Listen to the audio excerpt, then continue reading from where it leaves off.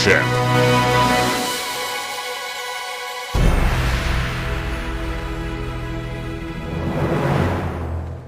I say what ho chaps, GameChap here with a thrilling and exciting preview of the upcoming Wii blockbuster, The Legend of Zelda SKYWARD Sword. Yes indeed chaps, I dare say I'm most excited about this particular release, as you could well imagine, it being the prequel apparently to The Legend of Zelda Ocarina of Time, which of course we've just been playing through. A rather interesting parallel in fact is that the main theme that you have heard, the orchestrated music, which at first I must say struck me as being somewhat strange and uncanny, well that's because it is in fact the well-known and loved Zelda's Lullaby theme played backwards. Just have a little listen now. I think I'll put it on the old loudspeaker there for you to sample now.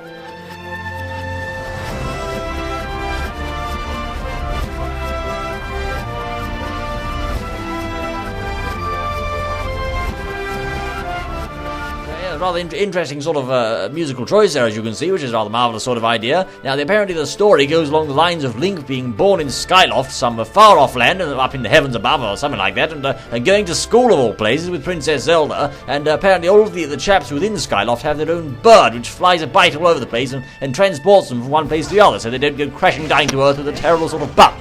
Now, apparently when you walk off certain areas in the game, or docks if you will, a bird automatically comes along and catches you and you can fly about the place. But anyway, it's doesn't all this sort of idyllic sort of bliss doesn't last very long, you'll see, because something bad happens to Zelda, of course, and Link has to scurry off and save her, as is his heroic sort of nature, as he very often does that sort of thing, and in doing so acquires the aforementioned Skyward Sword from the local villagers. Now, this Skyward Sword is not just any old sword, you know, no, it's not just any old slashing device, it's also, apparently, this strange and mythical character known as which is who apparently also serves as Link's assistant during the game, I should say, which is a rather interesting idea. Anyway, then Link proceeds on his way beneath the Clydes and finds the big bad guy, a chap by the name of Girahim, and gives him a jolly good slashing and whatnot, and so begins the grand adventure. So, a rather interesting sort of story setting there, and being, of course, the prequel to Ocarina of Time, we should expect to learn a few things about the backstory of Zelda and how it works, and how Zelda came to be the princess and that sort of thing. So, rather thrilling and interesting developments going on there. Now, as for the game itself, apparently it uses this Wii Motion Plus thing, which is a rather good sort of gimmick if you ask me, because apparently, and Nintendo say and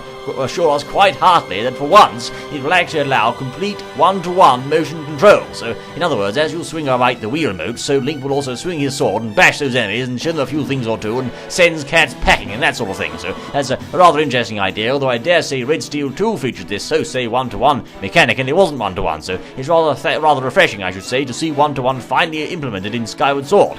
Now, of course, the Wii Remote is not the only mechanic. You could raise the nunchuck to raise the shield, and of course other items such as bombs and the slingshot and the whip are also controlled by the Wiimote. Now, there's actually a new game item, as you may have seen from the trailers, which is that remote-controlled flying bug, which I believe is also controlled by the Wii Remote. And a point of note, a further note, is that Link, I should say, in this game is also right-handed as opposed to left-handed, presumably to allow right-handed players to, cut and slash and that sort of thing. I guess I'm right-handed, but I don't know if there will be perhaps an option to make Link left-handed for the purists or left-handers. That I don't know, well, a rather sort of wise design inclusion, if you ask me. I'm not sure if they're going to do that, but I suppose we'll have to wait and see. And just as a final point of note, it seems that these birds, which will be no doubt peppering the landscape and dotting the game and that sort of thing, act very much like Epona. Now, Link's bird is red for some reason, so I presume that'll be a replacement for Link's trusty steed Epona in the Ocarina of Time. So, all in all, chaps, shaping up, as you can hopefully see from the screenshots and feature list there, to be a rather interesting, exciting game. Indeed, GameChap will have a full playthrough of it as soon as it comes out here in the UK, so do keep your eyes peeled and stay tuned on the